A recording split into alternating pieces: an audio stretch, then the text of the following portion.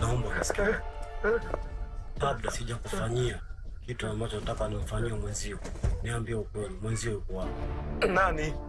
Yule White Rasta. Mheshimiwa, huyu mtu hajalala hapa jamani.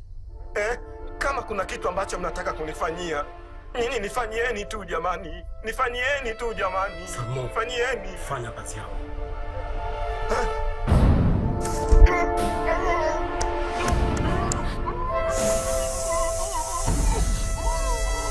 Basta. Tosha. Haya, tuondokeni.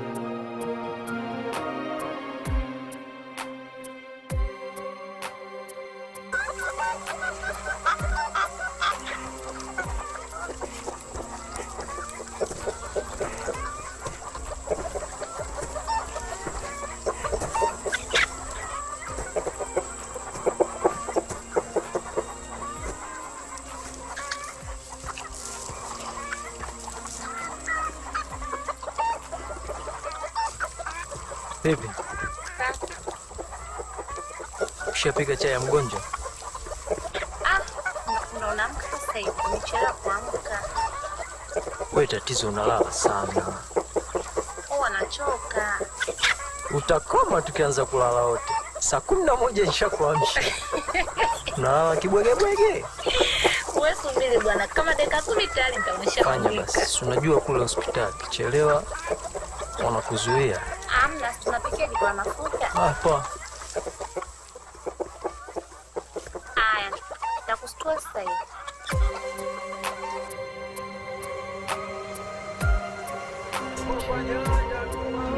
Wewe, tutafanya mpaka kabisa huko. Jamaa yangu.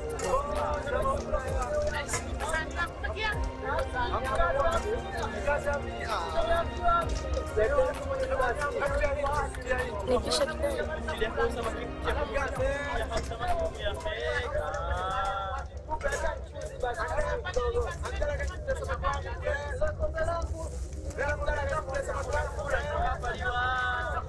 Mfanya pakue basi. Usijaze sana, leo watu wameongezeka.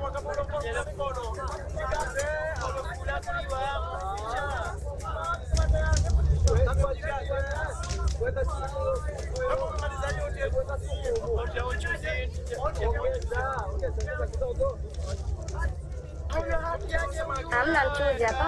Kwa mchuzi ulobakia wa chakula. Acha mchuzi kidogo. Hebu mwage huu mchuzi. Samaki. Samaki hapo.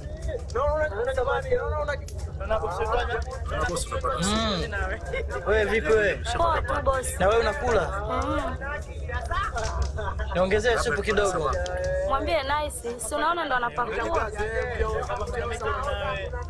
Inanitosha hii. Wewe babu, mimi nipo nje kidogo. Sawa boss, usubiri chakula.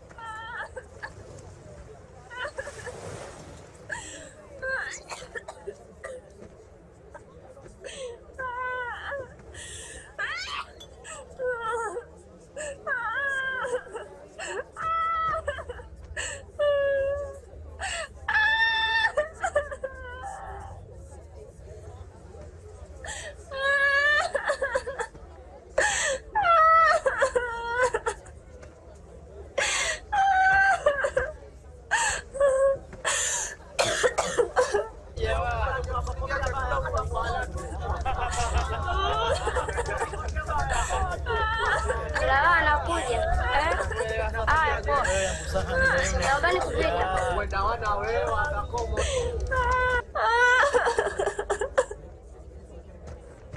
Wewe dada, una shida gani kwani? Unapigia watu kelele. Kwani wewe dada, una shida gani wewe? Hebu inuka.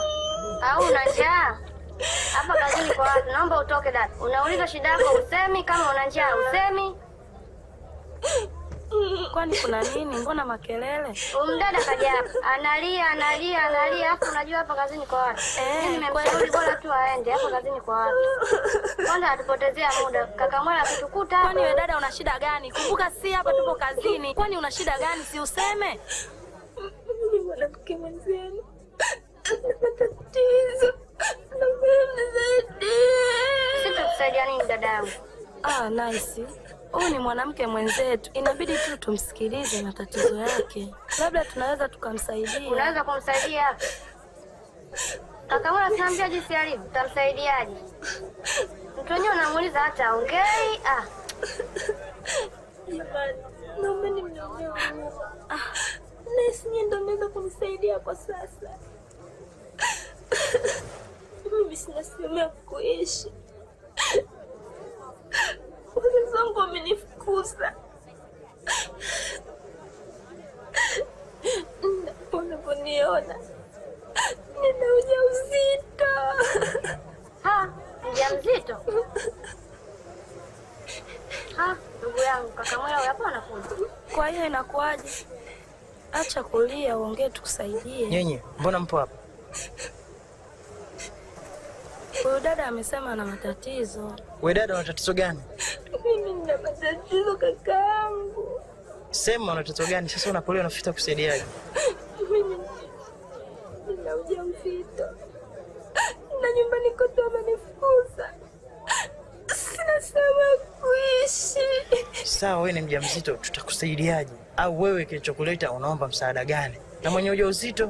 Kipindi kirefu sasa sijaonana naye tangu nilipomea ujauzito wake. Mbaya zaidi alonipa ujauzito amenikimbia. Ni nani sasa? Ujauzito anaitwa Wali. Wali?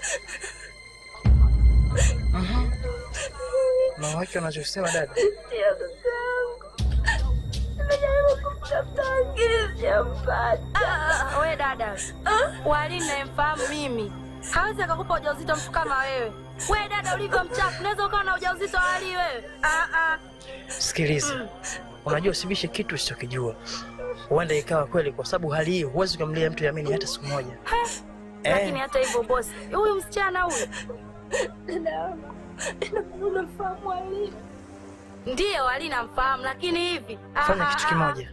Wewe Wali si unamfahamu vizuri? Ndiyo. Chukue umpeleke, kama kazi atakusaidia nice. Bosi. Mwone huruma, mpeleke. Hebu fanya hicho kitu mara moja. Dada bye. Inuka twende. Inuka. Huyu.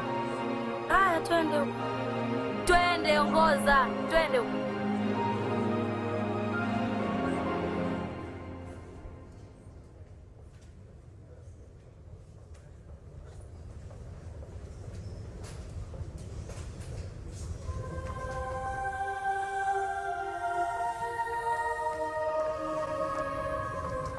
Shika taratibu. Haya, kapo hapo. Sawa, unaweza ukapumzika hapo. Sasa kama ndugu zako akija, mimi nipo ofisini. Sawa.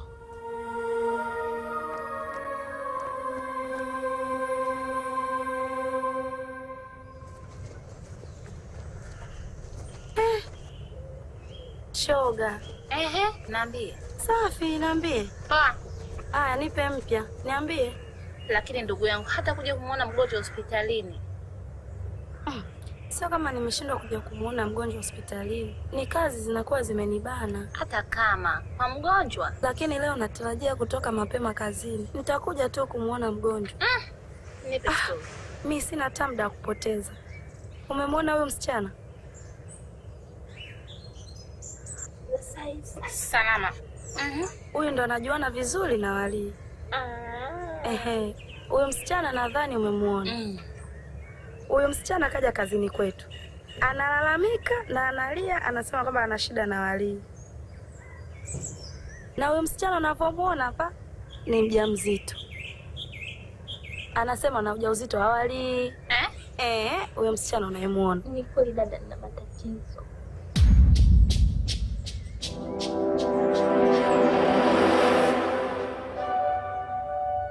Kwa sasa inabidi umchukue uondoke naye umpeleke kwa Walii. Mimi naona kama mnanichanganya, hata sielewi kwa kweli. Yaani kila siku kama unavyofikiria tu. Na shida kwa dada. Naomba unisaidie. Nikusaidie nini? Jamani, hayo tena ya kweli. Sikiliza nikwambie, Walii hawezi akamchukua chokola kama huyu. Mwangalie jinsi alivyo, atampeleka wapi? Mimi ili mradi mmeshakutana hapa, yaani sina la ziada. Acheni tu mimi niende. Mfuate mwenzako huko. Kwa hiyo unataka kunifuata mimi ninapoenda. Sasa mimi naondoka hapa. Nikiacha kisogo, naomba ulete miguu yako inifuate, alafu utaona.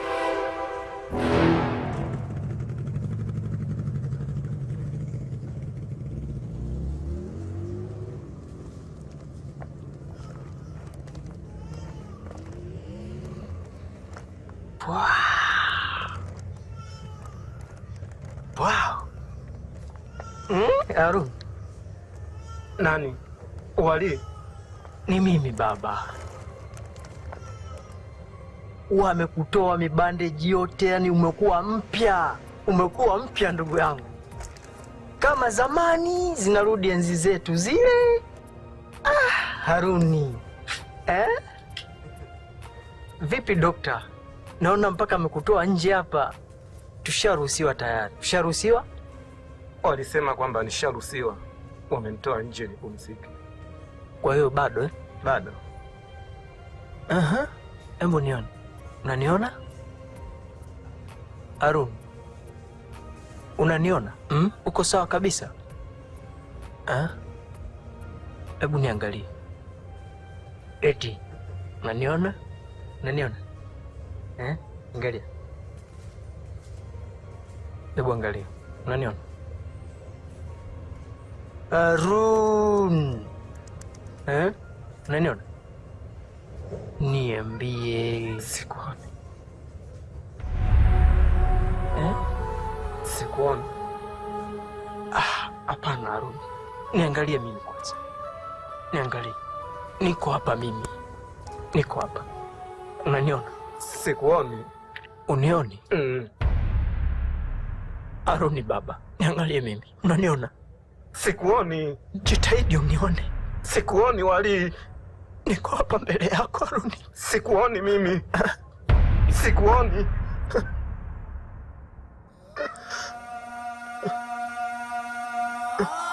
Sikuoni. Sikuoni Walii.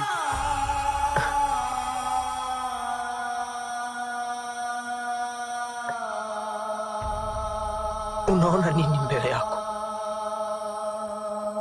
Ni kiza tu kilichotanda mbele yangu. Ni kiza tu peke yake. Walii, nimeshapoteza dira dunia.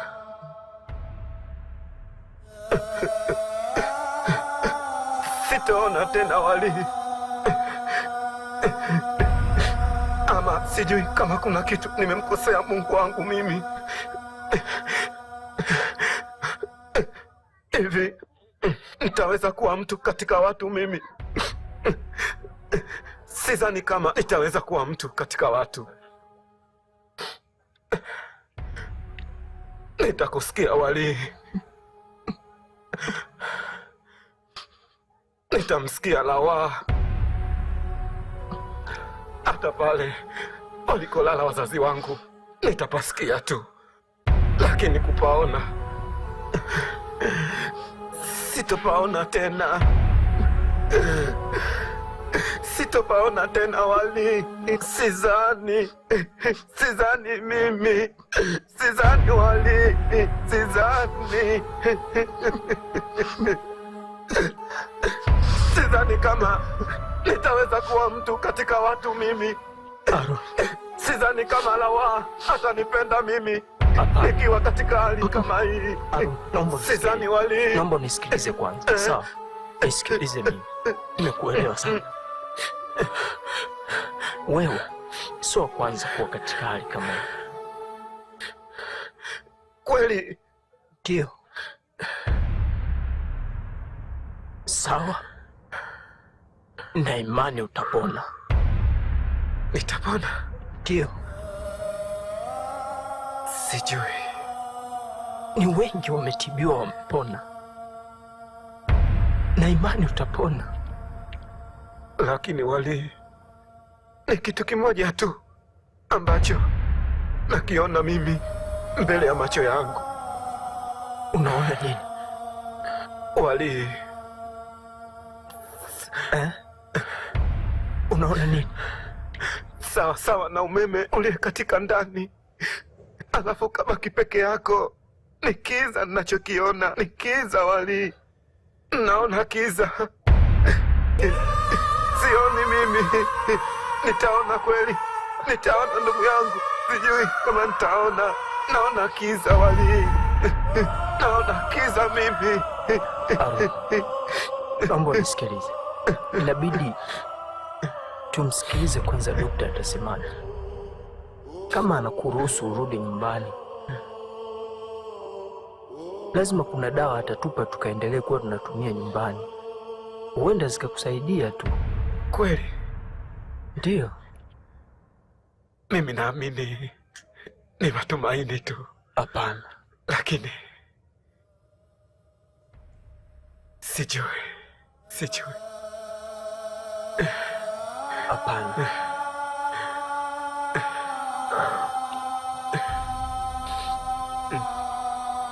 Ngoja kwanza mimi nikamwone. Sawa?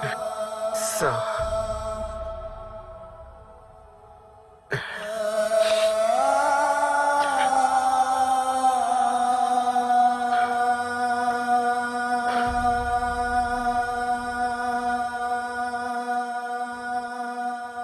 Hivyo dada, una uhakika kabisa huo ujauzito ni wa Wali? Sinaongea na wewe.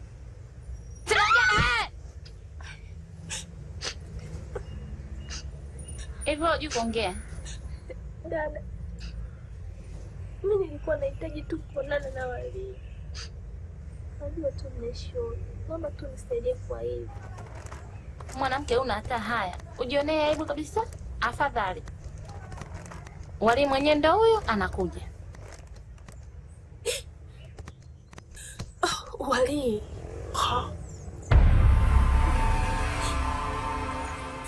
Ulikuwa wapi kipindi chote hicho? Nilikuwa nakutafuta sana. Sikutegemea kama utanifanyia hivyo. Nimekutafuta sana mpenzi wangu.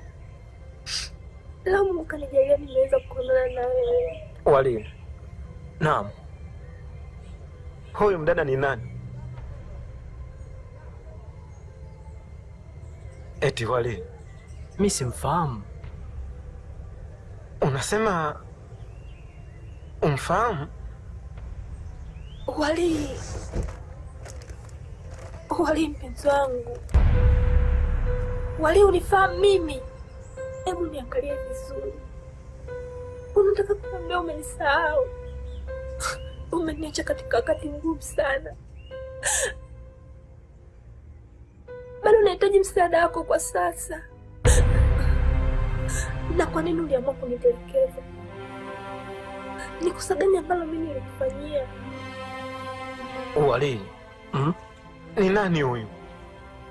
Mimi simfahamu huyu dada. Wali. Dada, hebu simama. Wali unifahamu mimi? Hebu niangalia vizuri. Wewe unanifahamu mimi? Wali. Usinikane mpenzi wangu. Naomba usinikane kwa ajili muona macho ya watu. Tambua mimi na hali gani kwa sasa. Tambua mimi na yeye tumetoka wapi. Wali miuja usitende nao wapi. Ha? Ujauzito? Au ndio kiumbe. Nyumbani nimefukuzwa. Sina Nasema kuishi Wali, please. Wena, hebu sikiliza, futa machozi kwanza. Niangalie vizuri. Naomba niangalie vizuri. Wewe unanifahamu mimi? Wali, mpenzi wangu. Unanifahamu mimi vizuri? Si Wali, mpenzi wangu. Hebu muogope Mungu wako. Kuwa mkweli. Wewe unanifahamu mimi? Naomba tuishi wote tu. Naomba uwe mkweli.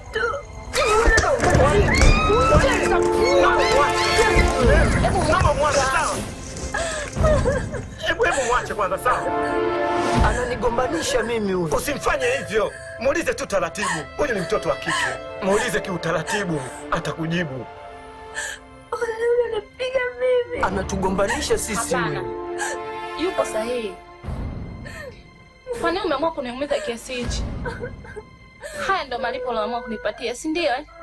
Naomba nielewe mpenzi wangu. Nitakuelewa nini? Anatugombanisha tu. Ni sawaka huyu. Hapana. Una akili timamu. Wewe sio mwendawazimu. Kwa nini umeamua kunichoma kiasi hichi? Siwezi kuumia kiasi hichi. Kosa gani ambalo nimekufanyia? Niambie Wali kama nimekukosea. Sitaki kabisa kuumia tena. Naomba uondoke. Kwa hiyo na wewe unasadiki maneno yake? Unacha kuniambia. Naomba uondoke Wali. Usifanye hivyo tafadhali. Naumia. Anatugombanisha huyu. Hey, inatosha. Inatosha jamani, sawa? Inatosha jamani. Shemeji, nashukuru sana kwa msaada wako uliotuonyeshea sisi.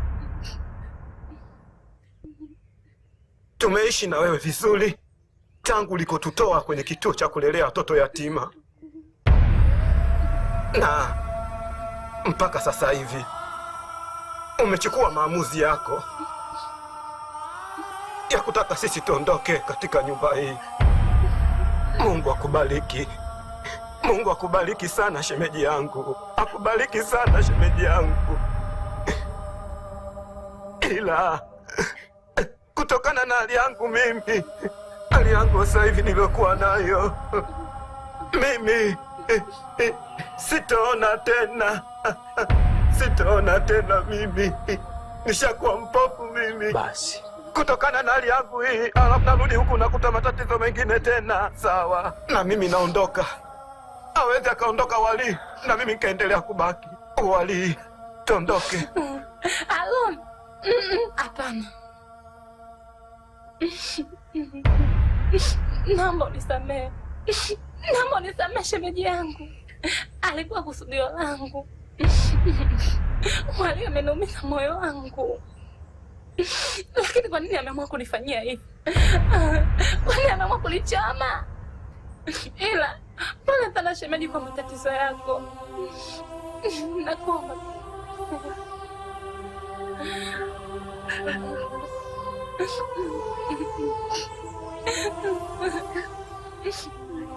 Hakuna binadamu asiyekuwa na makosa.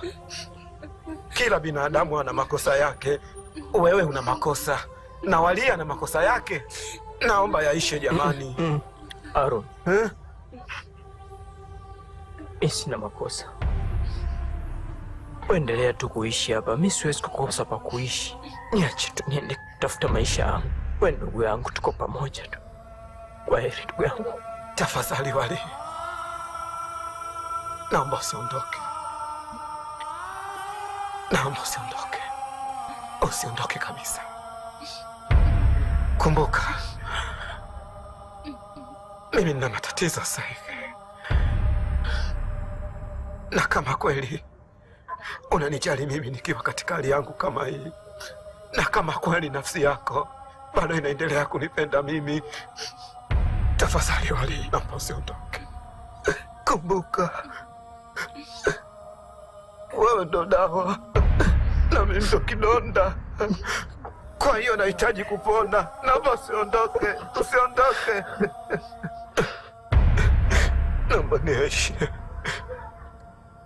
Yaishe tu shemeji yangu. Tuendelee kuishi vizuri kama zamani.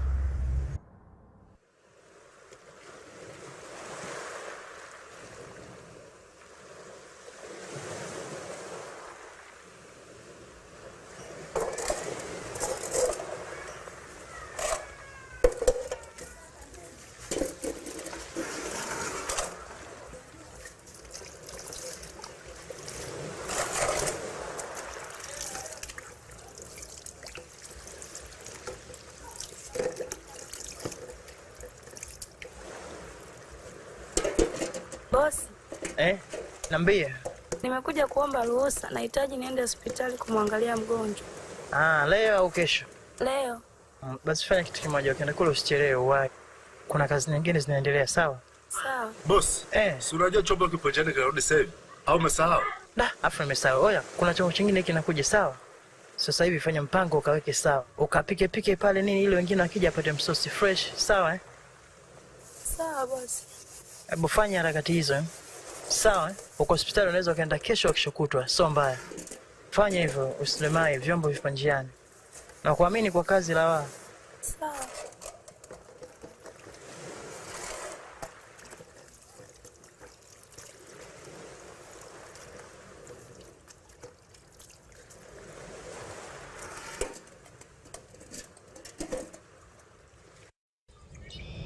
Wali. Naam. Nimekuita na kusikiliza. Sijataka kuongea mbele za wale. Kitu gani? Swala kubwa sana. Nataka kujua ukweli. Haswa kuhusu huyu binti aliyekuja na kiume chake. Wali, nahitaji usinifiche kitu. Nataka nijue ukweli wote. Unafahamu vizuri maisha gani mimi na wewe tulioishi, misukosuko gani tuliokumbana nayo katika hii dunia. Tumepata mitihani mingi sana. Ilifika hatua tukawa hatuna sehemu za kuishi. Mpaka sasa unaona tunavyolelewa na watu. Yote ni kwa kuwa hatukuwa na wazazi. Wali, unataka na kile kiumbe kiishi maisha hayo, maisha ya uchokolaha, maisha ya uyatima, au unataka na kile kiumbe kiteseke kama tulivyoteseka mimi na wewe? Naomba kionee huruma hichi kiumbe. Kionee huruma hichi kiumbe. Hakina makosa yoyote. Usiache damu yako iteseke kama sisi. Leo unalelewa na huyu, kesho unalelewa na yule.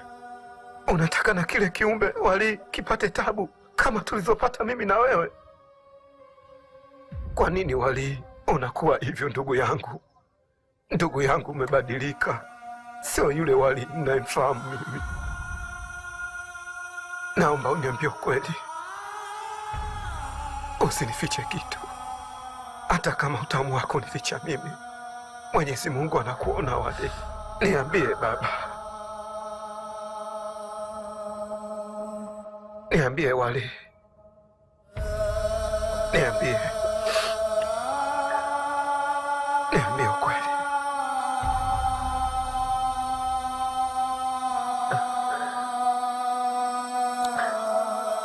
Nakusikiliza yote uliokuwa ukiongea ndugu yangu. Wewe unanifahamu mimi tangu tukiwa wadogo mpaka kufikia umri huu. Tumekuwa tukiheshimiana sana. Hakuna aliyewahi kumvunjia heshima mwenzake. Sijawahi kukuongopea hata siku moja.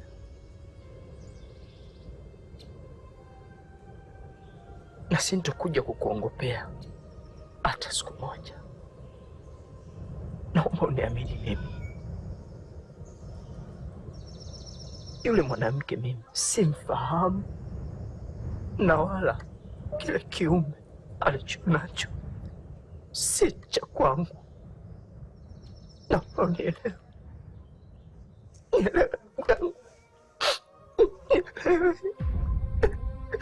Nielewe Haruni.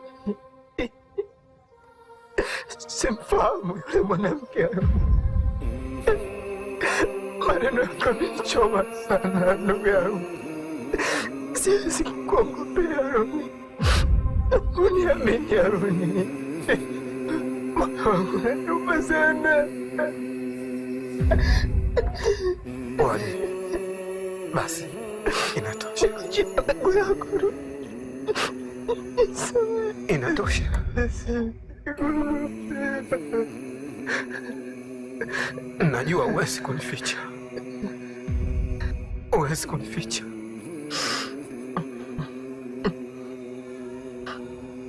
Sasa Wali, ni kweli kile kiumbe sio cha kwako. Naliamini hilo. Sasa kitaishishi vipi? Sielewi kwa kweli Wali, kwa sababu kile akijui kitu, akijui. Mimi naona Wali, tukisaidie tu. Nakuomba Wali, tusikipoteze kile kiumbe. Lakini Aroni, usiweke lakini Wali. Sikatai. Hata mimi pia nisingependa kuona hicho kiumbe kinateseka, kwa sababu hata sisi tumesaidiwa mpaka kufikia hivi. Ila nafikiria kuhusu mtarajiwa wangu. Hata nifikiriaje kuhusu hili? Umeiona hali yake mwenyewe. Sina maelewano naye tena. Tutafanyaje mpaka aweze kutuelewa, ili tuweze kusaidia na hicho kiumbe? Atanielewaje? Hata hiyo ndoa yenyewe sidhani kama itaweza kuwepo. Atatuelewa tu, tusisite kuongea naye. Atatuelewa. Atatuelewa tu. Nitakusaidia. Sawa. Basi ndio hivyo, tushatoka hospitali. Ndio hivyo. Basi baadaye mimi nitakuja. Lazima tu nitakuja, msalimie sana sana sana sana. Okay. Unajua nini? Na ujumbe wako. Nikupe sikupe? Uku au uku. I love you my dear Rawa.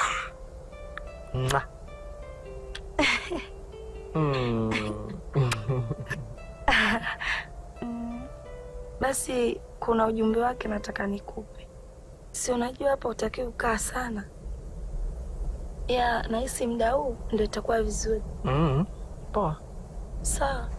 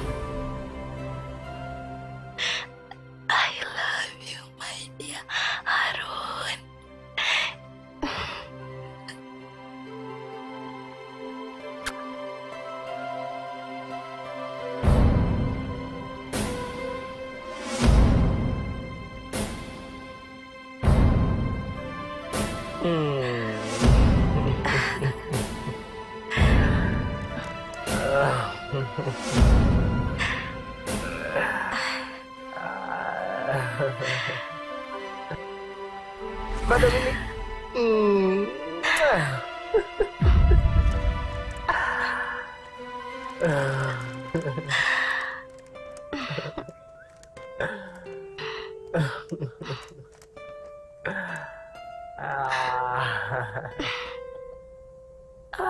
ngoja nikaendelee na kazi. Okay. Poa. Baadaye.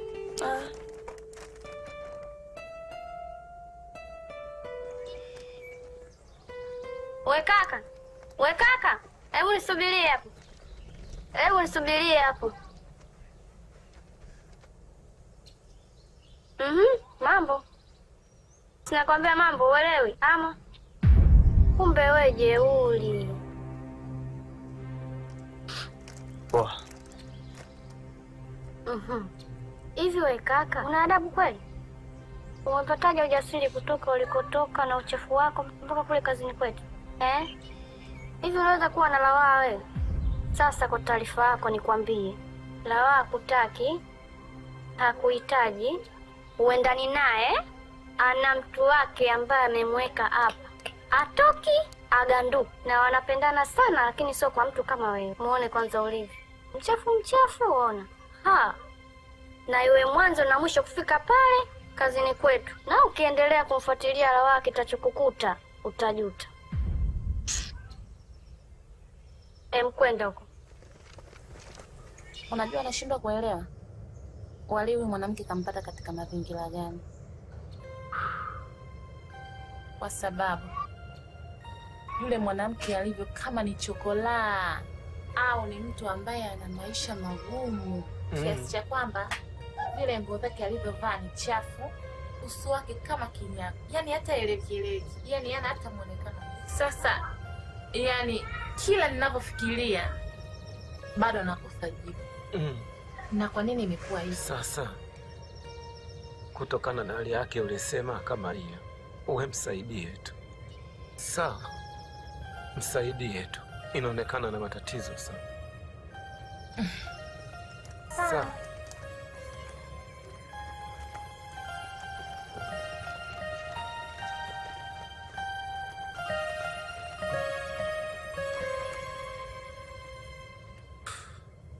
Wali. Vipi? Poa. Lawaa hajakupa maagizo yangu yoyote?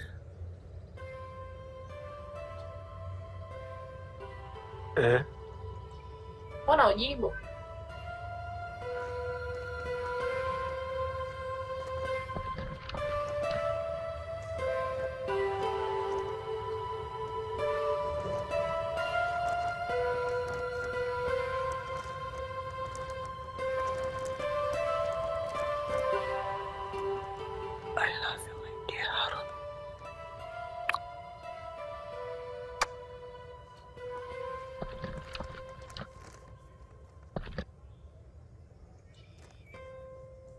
Samaki.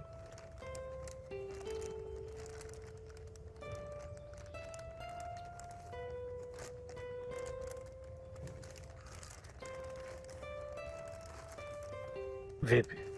Mbona kama uko sawa?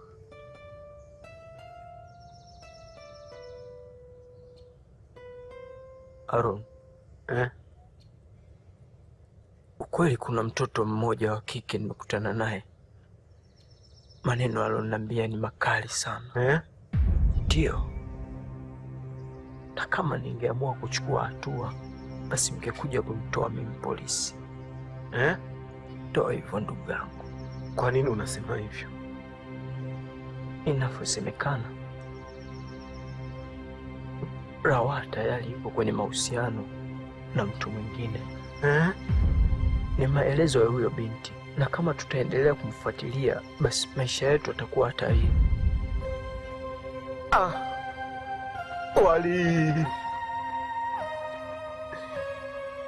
Wali. Kwa hiyo unataka kusema Lawaa ananisaliti mimi kwa mwanaume mwingine? Kweli? Lawaa. Wali. Ndio maana Lawaa alishindwa kuja kuniona mimi hospitali. Kwa nini Lawaa ananifanyia hivi mimi? Wali. Lawaa. Lawaa. Lawaa. Lawaa. Lawaa. Lawaa.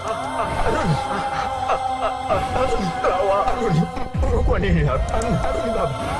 Arudi haraka baba. Arudi.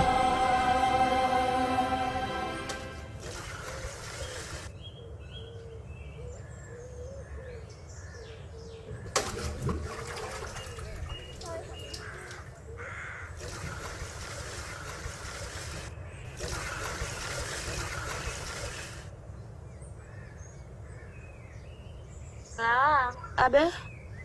Njoo na mazungumzo na wewe. Aya.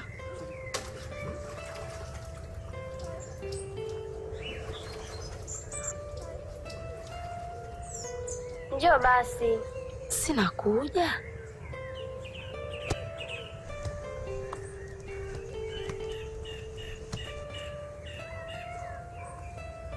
Hivi jua mimi nakuangaliaga, ujue ni mchapakazi sana.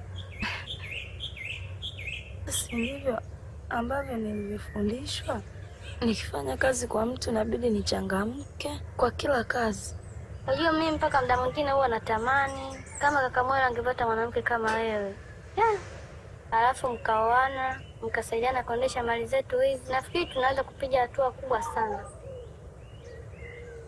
Lakini mbona tunaishi vizuri, tuna bosi. Hata tukikaa hivi anashauri vitu vizuri, ananielekeza jinsi ya kuishi na wafanyakazi wenzangu. Pia kakako mbona ananilipa mshahara mzuri tu. Mi sidhani kama kuna kitu ambacho hakiendi sawa. Hamna, mimi nilikuwa nafikiriaje? Kwa nini uendelee kuwa mfanyakazi? Akuoe kabisa. Naona hamna tatizo lolote. Alafu utakuwa unamuongoza vizuri. Si unajua yule mwanamume anahitaji mwanamke. Kiukweli kakangu anakupenda sana. Hamna bwana. Nikwambie kitu rafiki yangu. Nahisi kama muda umeenda sana. Tutaliongea hilo tu hata baadaye. Twende bwana, nikaendelee na kazi. Si unamjua mwenyewe kakako jinsi alivyo. Sawa, ukiwa mwanamke wake itapendeza sana. Tutaongea bwana. Haya bwana. Haya.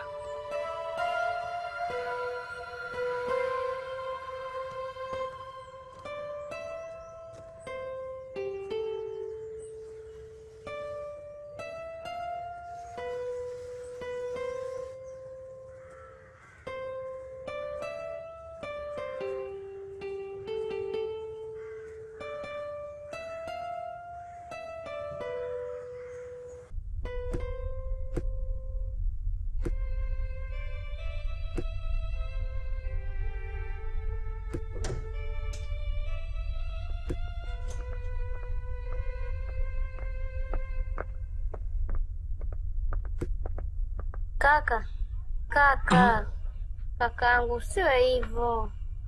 Ukiwa hivyo unanisononesha. Najua una maumivu sana, hata mimi naumia kakaangu.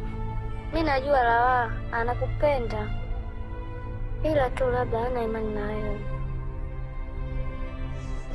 Unajua nini? Siwezi kuvumilia hali kama ile hata siku moja. Hata ingekuwa ni wewe ungefanyaje? Hapana. Sana. Nimevumilia sana, lakini sasa nimesha. Lakini kaka, unajua hivi unafikiri naweza kumshawishi chochote yule tena kwa hali niliyoiona pale? Nimeona mwenyewe. Kuona sio sababu. Labda yule kijana alikuwa aelewi. Labda alikuja pale akiwa hajui kama Lawaa na mtu mwingine. Lakini kaka, Lawaa wewe ndio bosi wake. Chochote utachomwambia hawezi kupinga. Lakini si tayari yuko na yule. Na hile sio mara ya kwanza. Kwani wewe umesimama au wewe hujaona pale? Wewe hujaona? Mtu namuona na mchumo kabisa. Usinzingue. Usiwe na hasira sasa kaka. Kiza nikwambie, yule kijana mimi nishamkanya. Kwa hiyo hawezi kurudi tena pale. Sio kujitokeza. Yaani yeye ndio kawaida yake. Na yule ni mtu wake kabisa. Wewe pale sio umeona mwenyewe. Ungekuwa umesimuliwa sawa. Mimi basi nitamfuata Lawaa. Nitamkanya kuhusu tabia yake. Mambo ya kuleta wanawake pale kazini aache. Utamwambia nini? Ili akuelewe wewe utamwambia nini? Ila poa, nitajua mimi mwenyewe cha kufanya. Mimi naenda zangu kupika.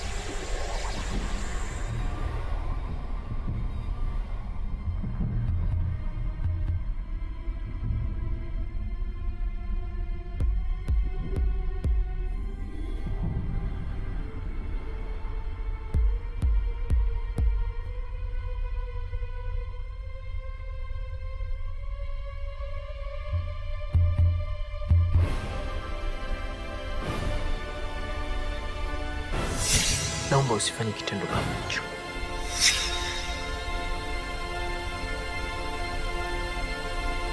Ni kibaya sana.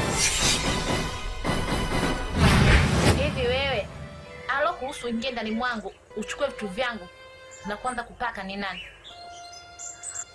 Sina kulinda. Kwani wewe bubu? Nani alokuhusu vae nguo zangu? Sinaongea nawe. Baba, naomba umnunulie mkeo vipodozi. Umnunulie nguo. Unanielewa? Sihitaji atumie vitu vyangu. Tushe mwanamume hadi vipodozi. Aka mwenzangu. Vilete mama.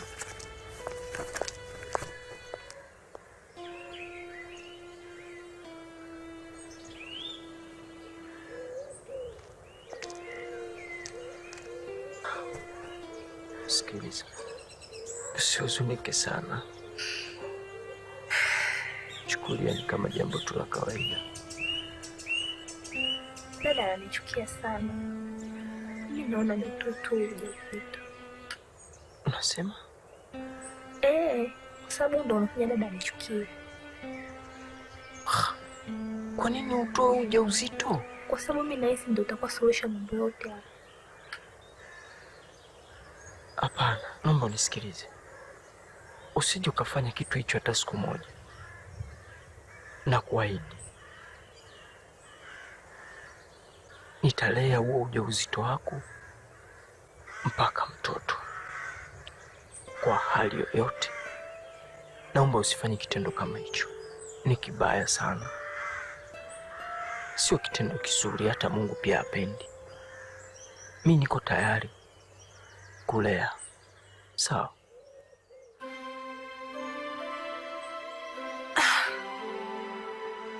Wala usihuzunike, usijisikie vibaya.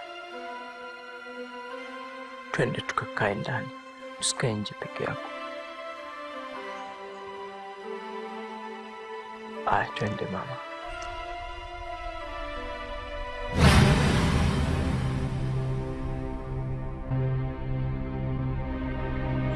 Nitalea huo ujauzito wako mpaka mtoto, mpaka mtoto.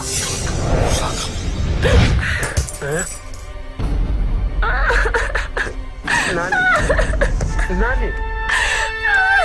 Wali. Naam. Malife, nimechoka. Hebu acha. Niache.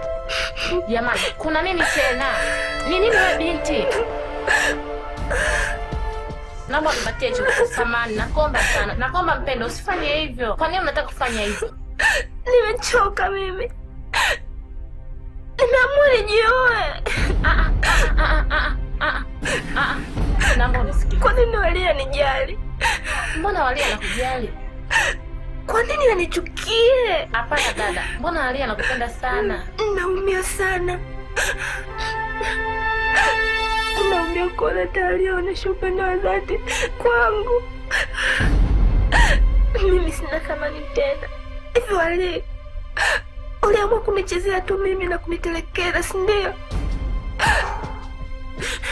Dada yangu, tambua kuwa na mimi nali kama uliokuwa nayo wewe. Najua. Kwa nini unanifanyia hivi? Pia mimi nakupenda. Wote hapa tulipo tunakupenda wewe. Bado tunakuhitaji. Naomba hicho kisu. Samahani, niko chini ya miguu yako. Naomba unipatie hicho kisu. Naomba utambue, hapo ulipo haupo peke yako. Mpo wawili. Tafadhali dada, usikatili hicho kiumbe maisha kilichokuwa tumboni. Hakina afya yoyote.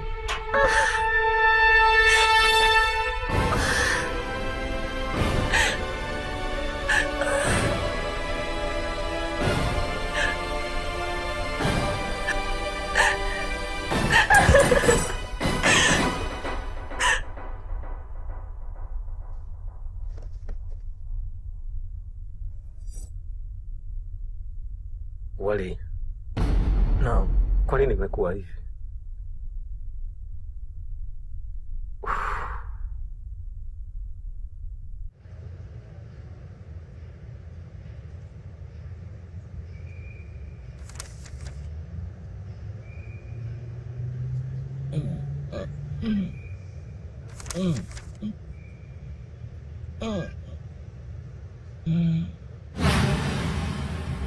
Niambie vipi?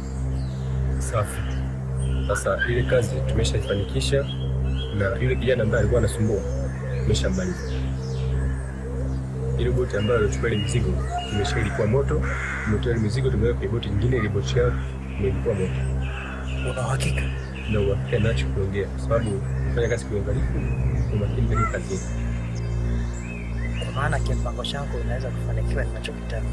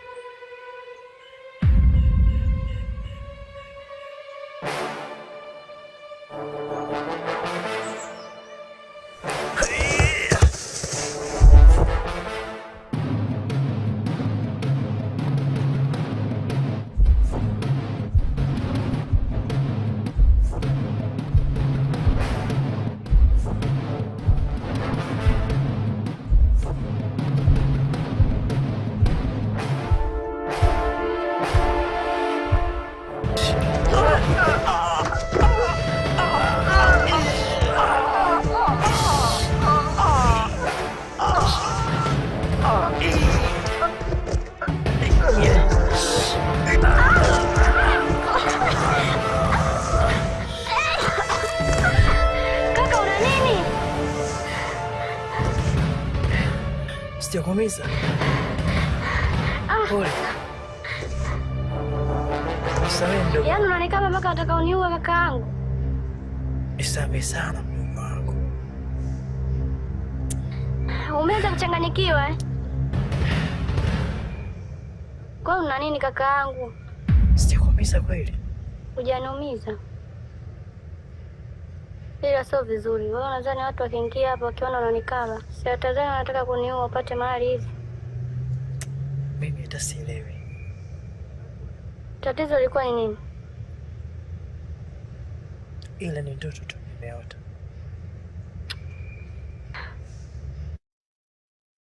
Kwa nini unanificha?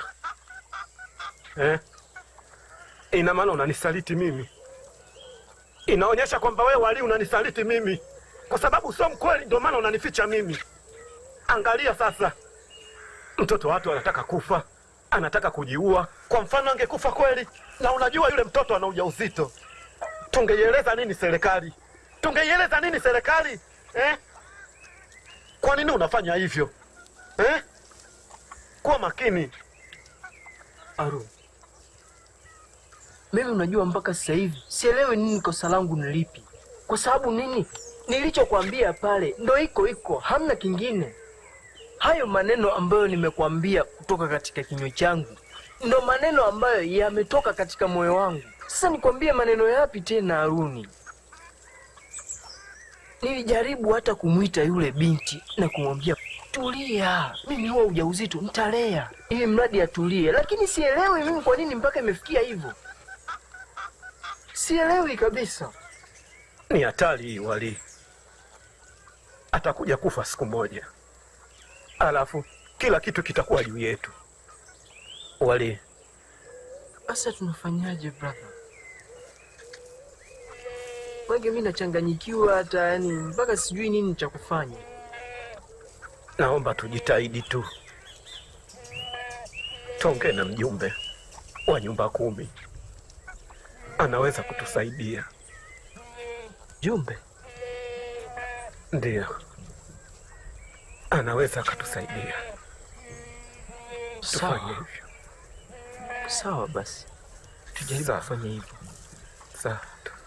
Wewe video vikali kweli.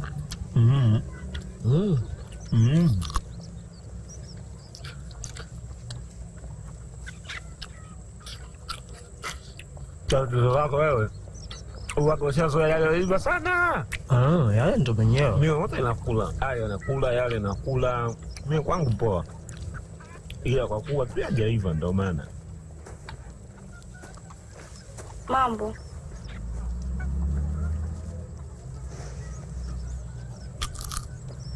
Nani?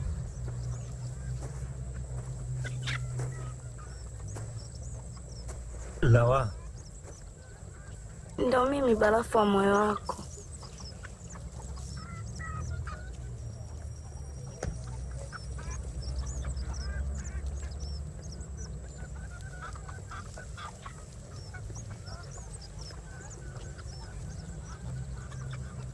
Naomba unisamehe.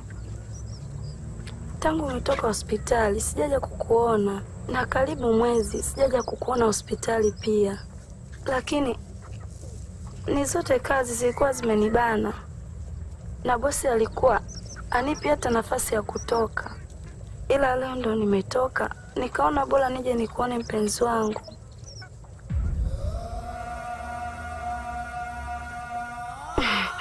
Nimekuletea zawadi. Pokea basi. Chukua.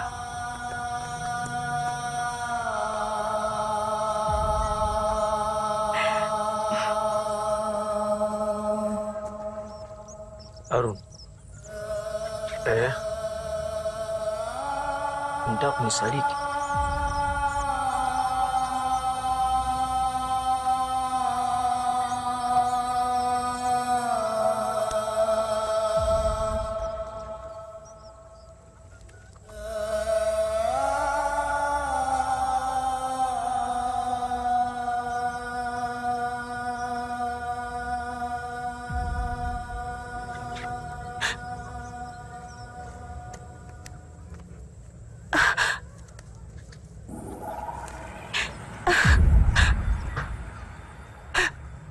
Harun.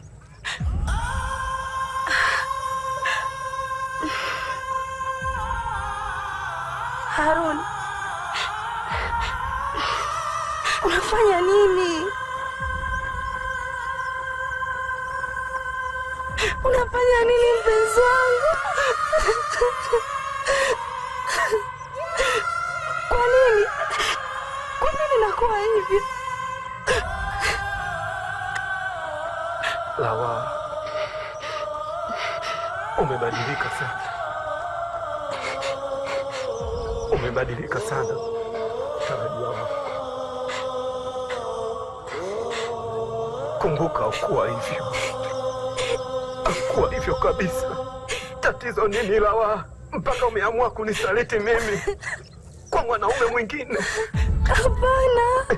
Hapana mpenzi wangu. Hapana mpenzi wangu. Sio kama mimi nilikusaliti, ila kazi ndo zilinibana mimi. Tena ukaona haitoshi, ukashindwa kuja kuniona mimi hata hospitali. Lawa, leo umesahau kiapo chetu. Siamini kabisa. Hapana, mimi sijakusaliti. Sijakusaliti mimi. Siamini nitakusikia kwenye masikio yangu. Siamini Lawa. Kila kitu kiko wazi. Una la kuniambia mimi Lawa? Leo umeamua kunizalilisha na zawadi yangu niliyokuletea. Kwa nini? Kumbuka bado nakupenda. Eti unanipenda mimi? Ni bora ukempenda Mungu wako aliyekuumba pamoja na wazazi wako waliokuzaa na kukulea kuliko kupoteza muda wako kuendelea kunipenda mtu kama mimi. Naomba niache Lawa. Hapana, usiseme hivyo Harun. Usiseme hivyo. Kumbuka unaumiza moyo wangu. Kumbuka unauchoma. Lawa, kuanzia sasa hivi mapenzi yetu mimi na wewe utayasikia kama upepo na kamwe hautoyaona tena machoni. Harun. Wali, na mwambie Lawa aondoke. Nimechoka kuongea naye sababu kichwa changu kinauma. Mwambie Lawa aondoke. Hebu simama.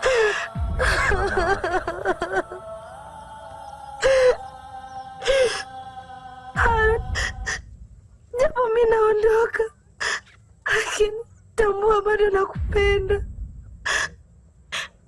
na nakuthamini pia. Lawa,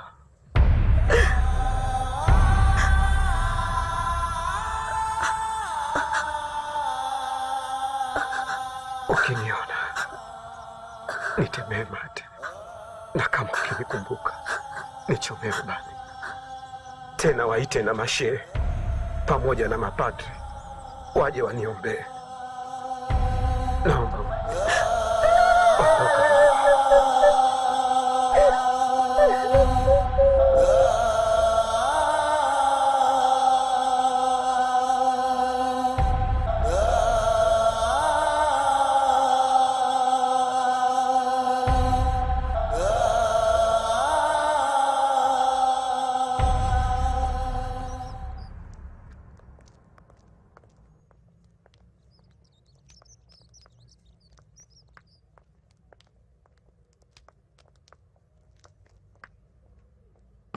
niambie. Nimekuja Manita. Nimepitia kidude hapa, nimekuta kesho kutwa kuna happy birthday yangu. Happy birthday yako? Tarehe ishafika? Ndio hivyo, ishafika. Mbona hujasema tangu mapema? Si ndo nimepitia sasa hapa na ndo maana nikakwambia happy birthday ni kesho kutwa. Sijui tunafanyaje kuhusu hilo. Tufanye hivi kakangu. Birthday yako? Birthday yako ngoja. Nadhani tena. Tufanye bonge la sherehe. Na katika hiyo sherehe Lawaa ndo awe mgeni rasmi. Hujui kwamba Lawaa atakuwa mizingua kabisa. Huyo mtu mizingua atatia ganzi kabisa yani. Sikiza nikwambie mdogo wangu, ni bora tualike watu wengine tu, yule anazingua. Sasa azingua nini? Kati unampenda na mimi najua unampenda. Sijui mwenyewe utaongea naye. Sio pale, sikiza mimi nitaongea naye.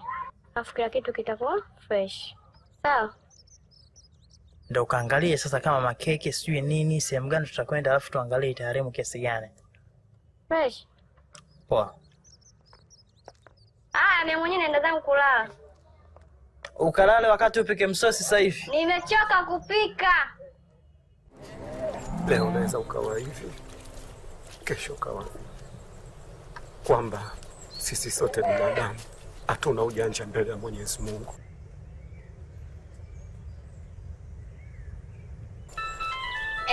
Ni kweli. Uko sahihi. Unajua nini shemeji yangu? Mungu ndo mpangaji wa kila. Leo umeenda ukawa maskini, ukaamka tajiri. Na unaweza ukalala mzima, ukaamka mgonjwa. Sema, nashukuru sana shemeji yangu. Kwa sasa unaendelea. Uko sahihi sana shemeji yangu. Sasa hivi hali yangu inaendelea vizuri. Hizi dawa nilinipatia sasa hivi, nashukuru zinanisaidia. Macho sasa hivi hayawashi kama zamani. Ni kweli. Zile dozi zako zikiisha swali kama tukakuchukulia nyingine. Si mtanifuatia wenyewe. Blandina. Si upokee hiyo simu, inaita muda mrefu. Muda mwingi kweli hiyo simu inaita. Kwa nini upokee simu? Kwani ya nani? Hivi wewe uone kama simu yako kelo kwa watu? Kama utaki kupokea si uizime. Ya nani? Huyu mgeni?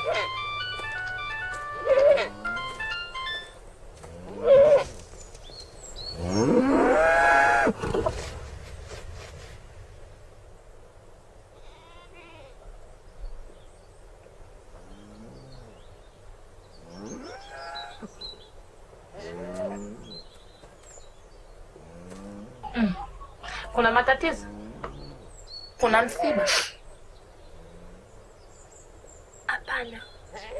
Naombeni mnisamehe. Naombeni mnisamehe sana. Mbona mimi nilishakusamehe tokea jana? Tena nimekusamehe kidhati. Kuna tatizo lingine?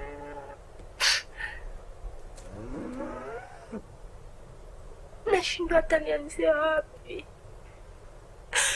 Hii simu ilikuwa inaita. Haikuwa simu nzuri kwenu. Na ndio maana nilishindwa kupokea mbele yenu. Nimeishi nanyi kwa kipindi kifupi sana,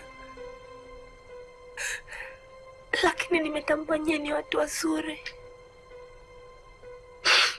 na hampaswi kabisa kufanyiwa haya ambayo mimi nawafanyia. Ndio maana nimetanguliza msamaha wangu. naomba niradhi sana ndugu zangu.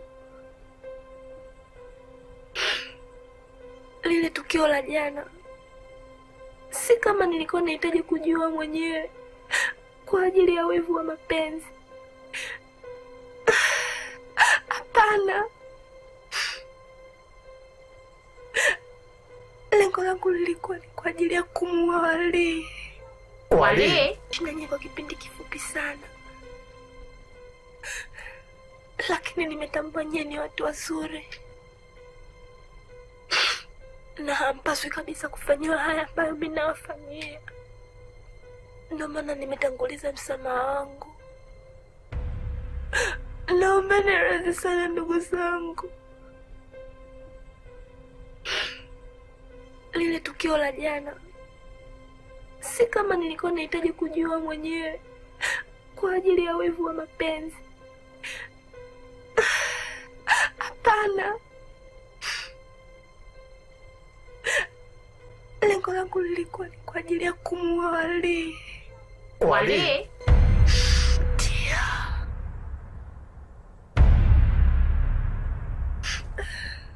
Naomba mnisamehe.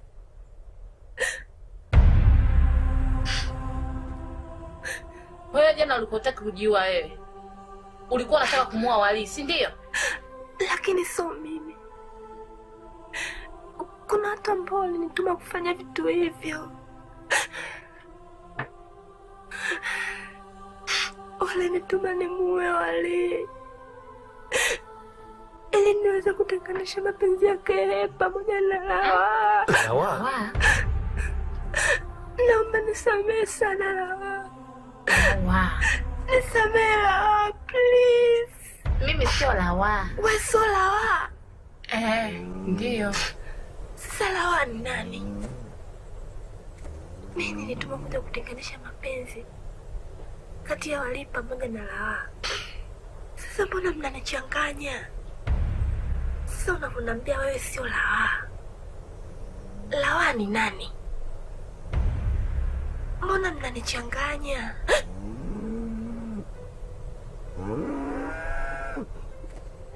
Dada,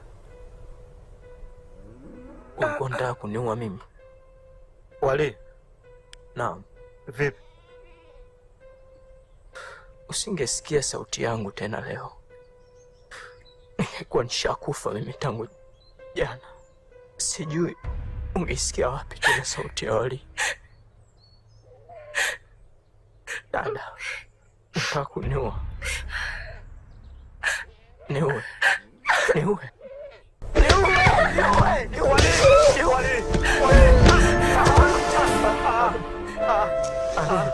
Uko sawa?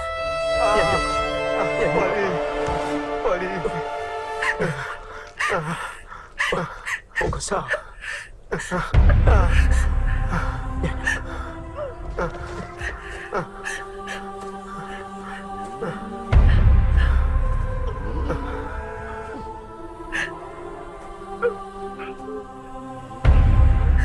Uko sawa? Niko sawa.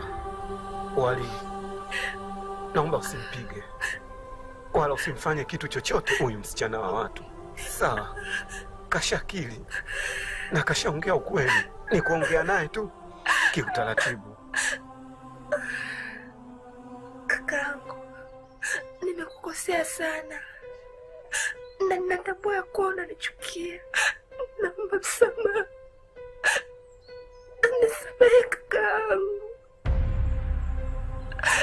Sikukusudia kufanya hayo.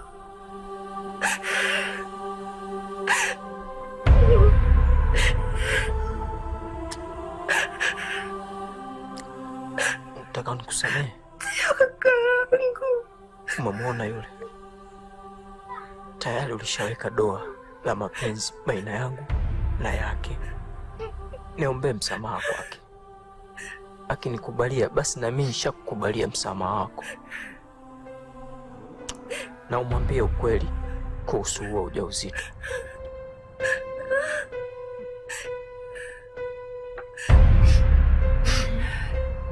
Dadangu, nahitaji msamaha wako wa dhati. Ni ukweli kabisa, mimi sina ujauzito. Nisamehe. Nisamehe mimi. Nisamehe.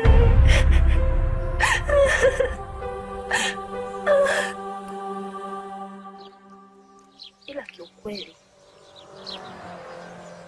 ninaweza kusema wale watu waliitisha sana, pia walinipatia fedha za kutosha, ndio maana nikashawishika kufanya mambo kama haya.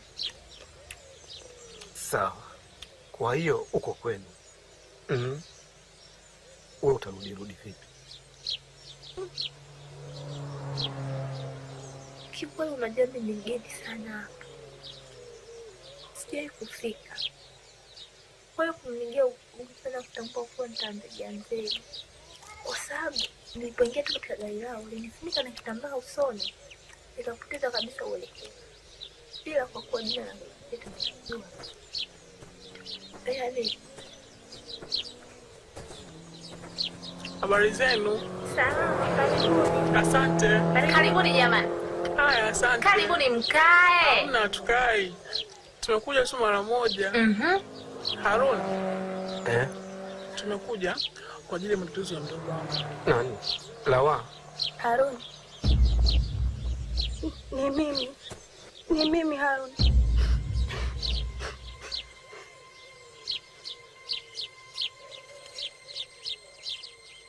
Lawa.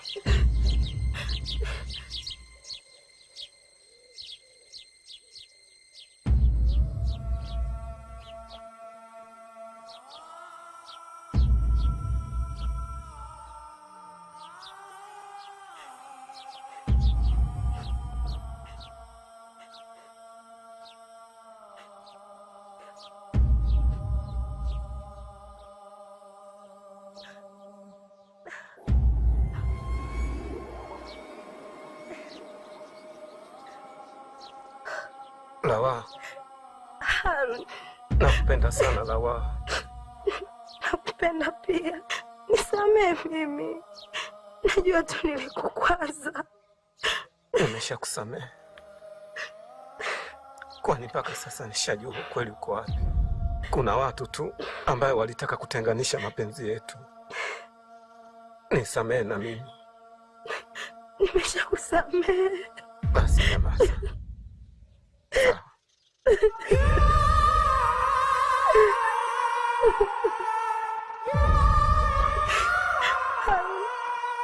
Asante Harun. Nashukuru.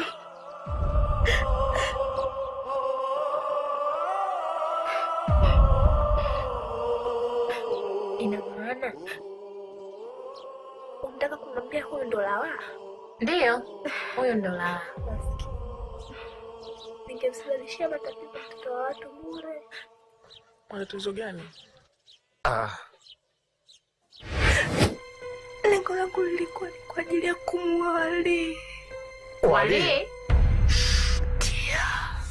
Kuna watu ambao walinituma kufanya vitu hivyo ili niweze kutenganisha mapenzi yake pamoja na Lawa. Lawa? Mimi sio Lawa. Wewe sio Lawa? Sasa unaponiambia wewe sio Lawa, Lawa ni nani? Hivyo ndivyo ilivyokuwa. Ni wakina nani hao ambao wanafuatilia mapenzi yetu? Wakina nani? I love you. I love you too. Nakupenda, usijali. Asante.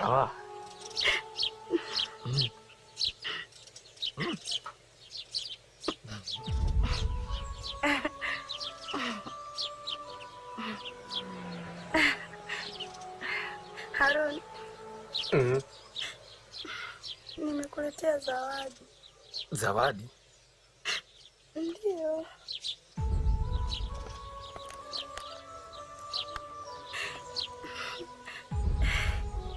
Nashukuru sana mtarajiwa wangu.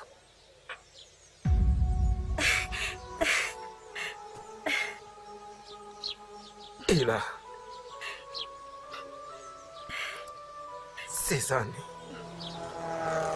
sidhani kama utanipenda tena.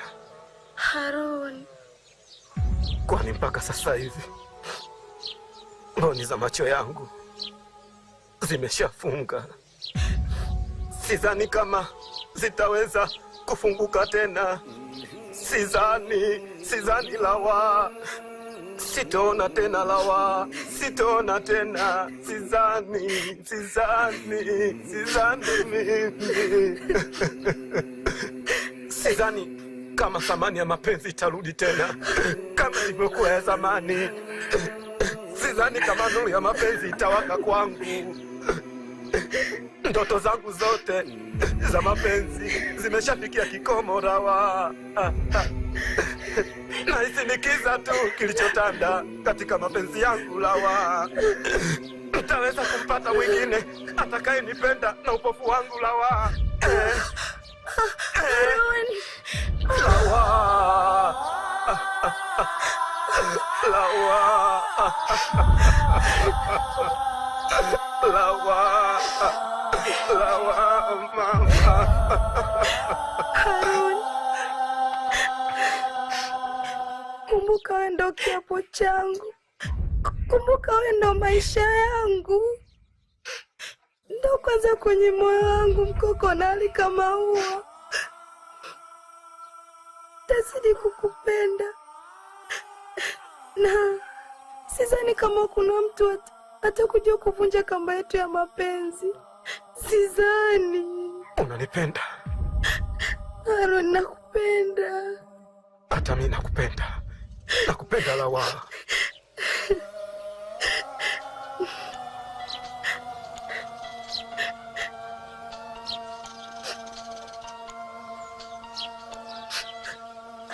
Ala. Basi. Kuna kazi namalizia ila nitakuja. Hapana, hamna tatizo lolote. Aya.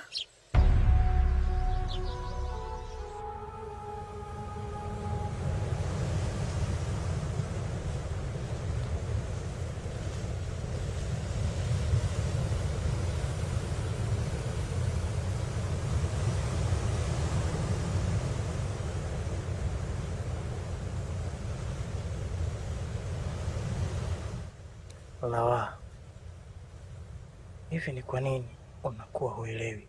Si ndo nikulaumu au nikwambie? Maana naona kila ninachokifanya juu yako wewe hunielewi hata kidogo. Au unanielewa, unajifanya tu kunipotezea. Nimejaribu kufanya mbinu nyingi za kujionyesha kwako wewe, lakini bado uko mbali sana.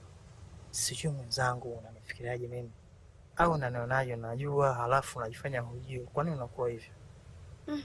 Bosi, hilo swala la wewe la kuwa na mimi, yaani ondoa kabisa. Mimi siwezi kufanya hicho ambacho nakitaka wewe. Na usikae ukafikiria labda ipo usiku Lawa mimi nitakuwa na mahusiano na wewe. Hapana. Mimi kuna mtu ambaye nampenda sana. Na nina imani na yeye ananipenda sana. Na pia tulishapanga hapo baadaye kuwa baba watoto wangu. Kwa hiyo sidhani kama mimi nitakuwa na wewe. Labda nikwambie kitu kimoja. Kama unavyoona yale maboti yetu na wafanyakazi wake, mimi ndo mmiliki wa vyote. Vitu vile mimi nimerisi kutoka kwa wazazi wangu. Kwa hiyo ndo maana mimi nikafikiria kutokana na hayo yote, nikaona nipate mtu ambaye tunaweza ukaendesha naye wote hii biashara, tukaunganisha tukawa kitu kimoja. Labda yule mdogo wangu unayemuona anaweza kaolewa akaenda kaanzisha maisha yake. Akishaolewa hatakuwa tena na msaada kwangu. Lakini mimi sina msaada, sina mshauri wowote. Ilikuwa nafikiria labda wewe, kwa sababu upo karibu na sisi na ushaona mazingira yetu tunaoishi, huenda ukawa tukajenga familia moja, tukaishi pamoja, ukawa na ushauri. Bosi, sio kama mimi sipendi labda kumiliki hivi vitu vyako, mali zako. Tatizo ni kwamba siwezi kumsaliti mtu wangu kwa tamaa za mali. Hivi ni vitu vya kupita. Alafu bosi, kama mna lingine, niende tu nikaendelea na kazi. Msikilize Lawaa, wewe unafanya kazi na mimi na muda wote tuko wote. Siwezi nikafanya kazi na mtu ambaye namuona siku zote. Mimi nafsi yangu namhitaji kuwa naye, ila yeye hayuko pamoja na mimi. Kwa hiyo mi nafikiria hata hii kazi haikufai, haikufai. Ni bora tusifanye, nijue sina mfanyakazi kama wewe. Sawa, hata mi naona bora iwe hivyo, kwa sababu ili mimi pia nikae mbali na wewe, sababu nahisi nitakuchukia bosi. Hayo Dawa, hebu njoo kwanza.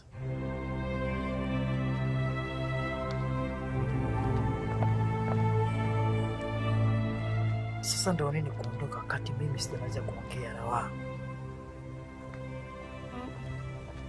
Vipi mrembo? Safi mama. Leo umependeza pendeza. Niambie vipi? Safi tu, uko poa? Tuko poa tu. Okay, naona mpo hapa mnajenga. Tunajenga wapi? Tupo tu tumekaa tu hapa. Tulikuwa tunaongea mambo ya kazi tu kawaida. Simseme mnajenga bwana. Amna. Lete habari. Hivi kaka, ulimwambia huyu kuhusu birthday?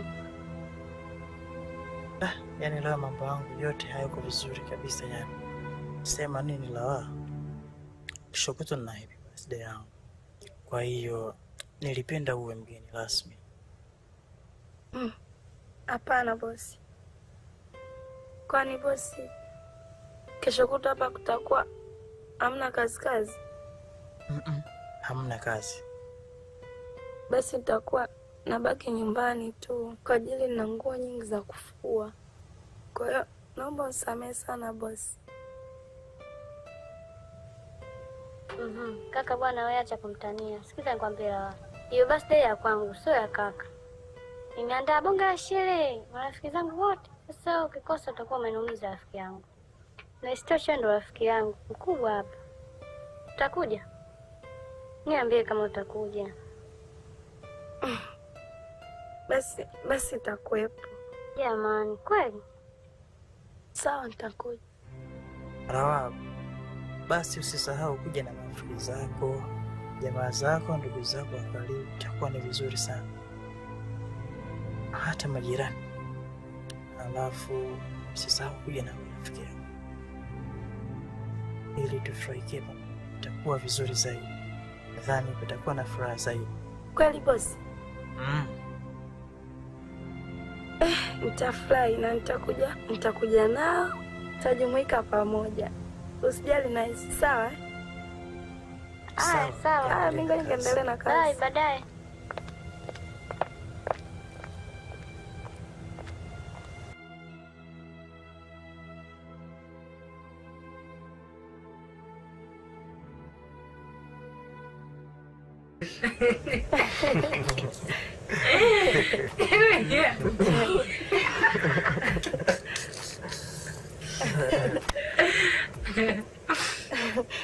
Ya, kwa sababu nyinyi ndo familia yangu na naweza kusema nyinyi ndo kila kitu kwangu. Ndio maana nimewafuateni kuwaambia. Bosi wangu ana mdogo wake, na huyo mdogo wake ana sherehe yake, namaanisha siku yake ya kuzaliwa. Kanialika mimi ndo niwe mgeni rasmi kwenye happy birthday yake. Hongera. Inaonekana wewe bosi wako amekupa cheo kikubwa sana kazini. Amna, unajua ukiwa na nidhamu ndo kila kitu. Yote kama napenda, shukrani zangu za dhati nimpelekee mpenzi wangu. Haron ndo kila kitu. Yeye ndo alonifundisha kuwa mimi niwe na nidhamu na kuishi na watu vizuri.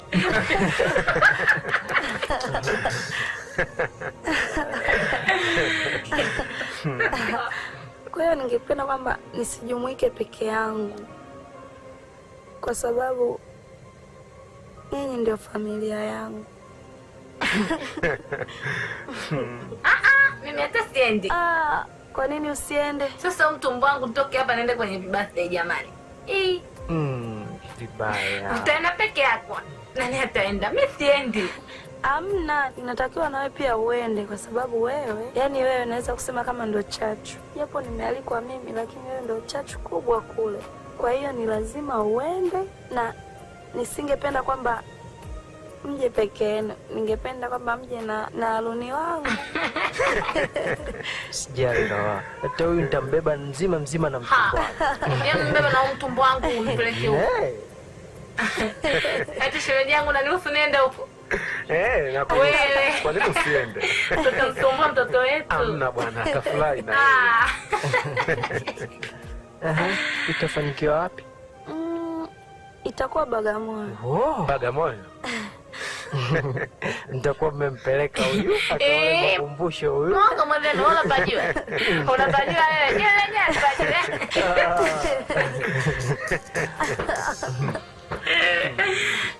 Sawa jamani, basi acheni mimi niende. La, mimi najua umekuja hapa tunashinda wote kutwa nzima, tunafly. Mna, si unajua tena kazi. Usiniambie unamwacha shemeji yangu kwa body kiasi hicho. Mna, nitakuja. Sawa, basi acheni mimi niende jamani. Haya bwana.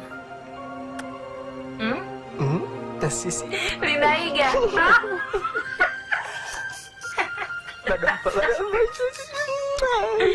Taka kuiga mpaka wanaada.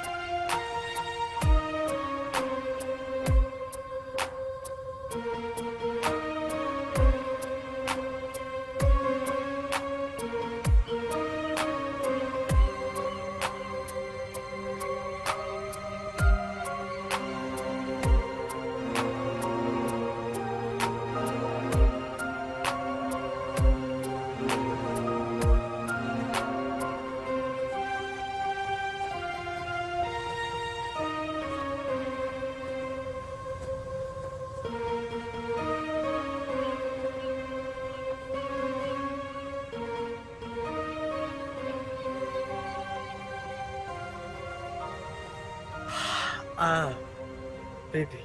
Salama, nimekuja na wageni. Okay. Asa mbona umeacha kule peke yako? Twendeni kule waliko.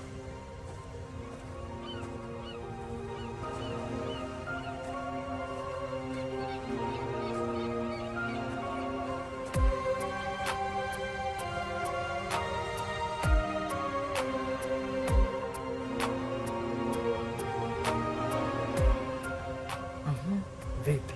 Salama hali. Kwema kabisa. Kwema. Vipi? Salama. Karibuni sana. Asante. Naona twendeni kivulini tukaongea. Okay, poa. Nyinyi msiogope, karibuni tu. Asante. Tushakaribia.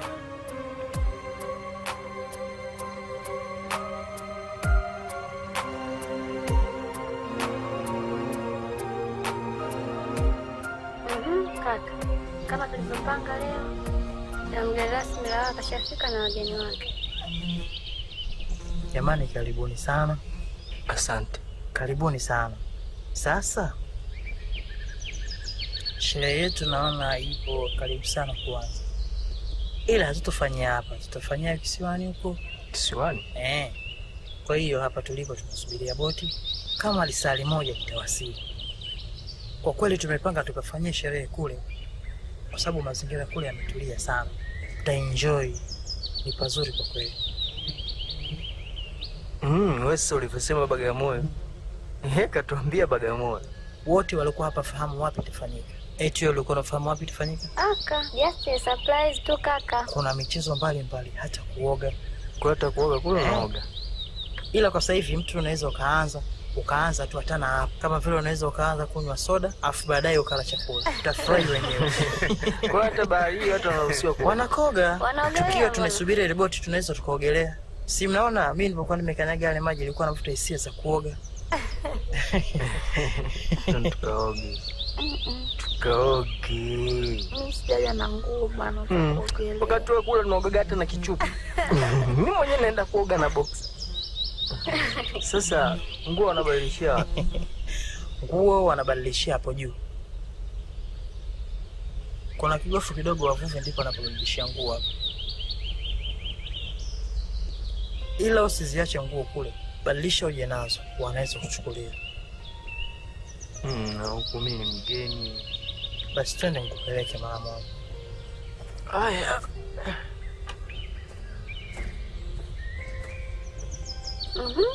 Sasa ndio umemwacha kaoge peke yake, watakuibia.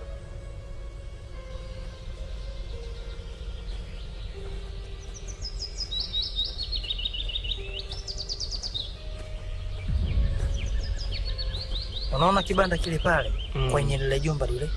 Kwa pale watu ndio wanavulia nguo zao. Kwa hiyo unaweza ukaenda ukabadilisha, tusiogope. Na ukishaoga unaweza ukaenda ukabadilisha ukaje. Ila hakikisha usiteleze, unajua mida yenyewe inapokwenda. Okay. Haya, jitahidi. Baadaye. Okay.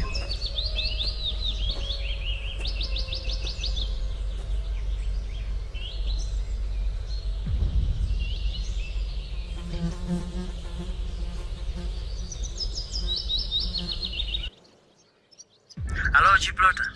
Ndio mkuu. Vipi wale watu wote unao?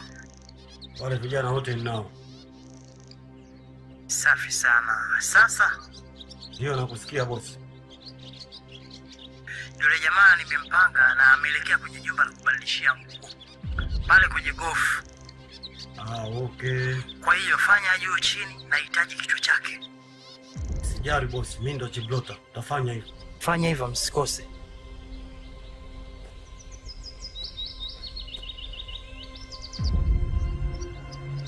Bosi anasema kwamba yule kijana anapatikana. Anaelekea gofu la kubadilisha nguo. Sawa? Ndio. Sawa. Kwa hivyo basi wote tutagawanyika njia mbili tofauti ili tumzunguke. Sawa? Sawa. Samo. Naam. Adeche. Yes. Nyie mtazunguka upande wa pili. Mwenyewe mtazunguka upande wa pili, tutakutana kati. Sawa? Ndio mkuu. Na vile vile mapenzi kazini sipendi. Shilton na Feti, weni makini kwa hiyo. Sije mkavuruga kazi. Wa makini. Shujaa kweli, ufa na sala begani. Tawanikeni. Bosi. Huyu ni Haruni. Ni rafiki yangu. Kama unavyomuona, hapa alipo na matatizo. Huyu ni haoni. Kipofu. Ila huyu kwenye maisha yangu ndio kila kitu. Yeye ndo mchumba atakayekuwa baba watoto wangu baadaye. Namaanisha kwamba ndo mpenzi wangu ambaye nilikuwa nikimwongelea.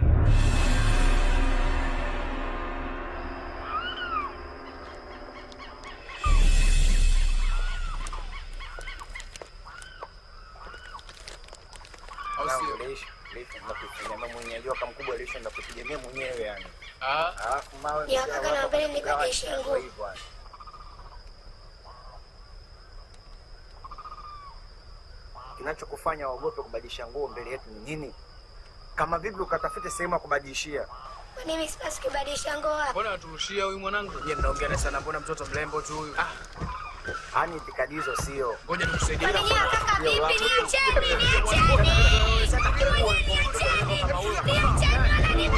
Rudi nyuma, nenda.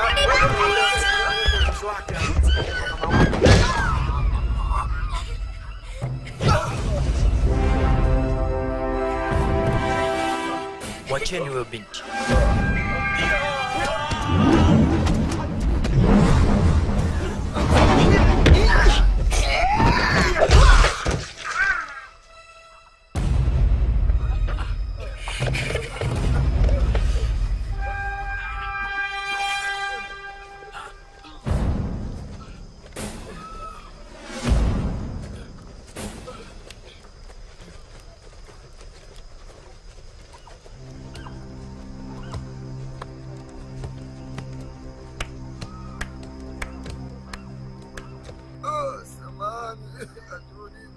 Aturudi tena kaka. Mimi sina shida na nyinyi. Mtaji huyu hapa.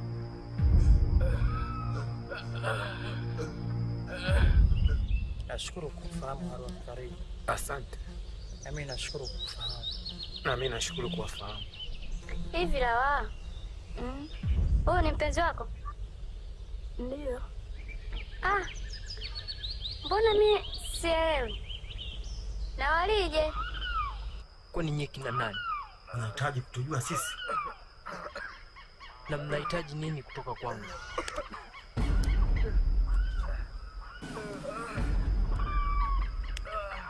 Nachohitaji ni hicho kichwa chako pamoja na huo mwili wako.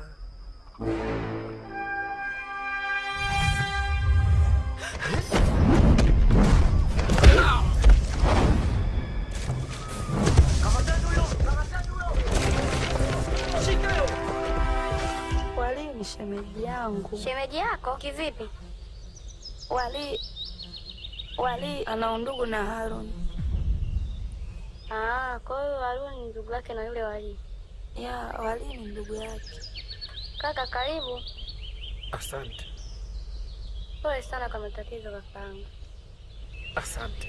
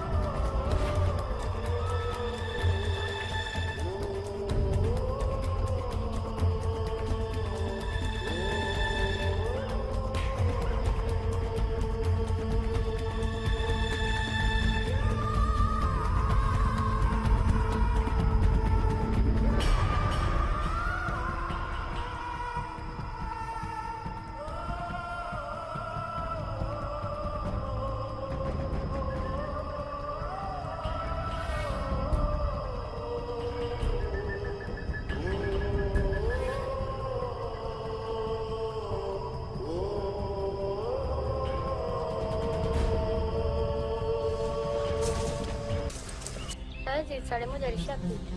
Kwa hiyo kaka, ile boti itakuwa hajafika tu.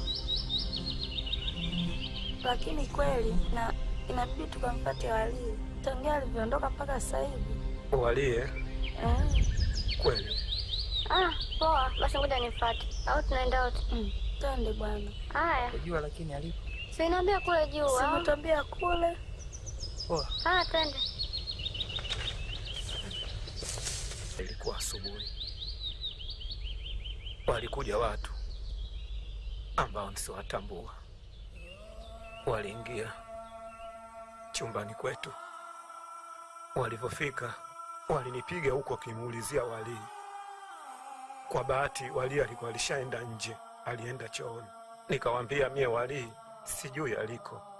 Ndipo wale watu wakaamua kunizuru. Ndio walosababisha mimi kuwa hivi. Lakini sikuwa hivi. Ni wao ndio waliotaka yote. Mpaka sasa hivi unaiona hali yangu kama hii. Pole sana. Asante sana. Unajua, mimi najua ni mitihani ya Mungu kamwambia binadamu.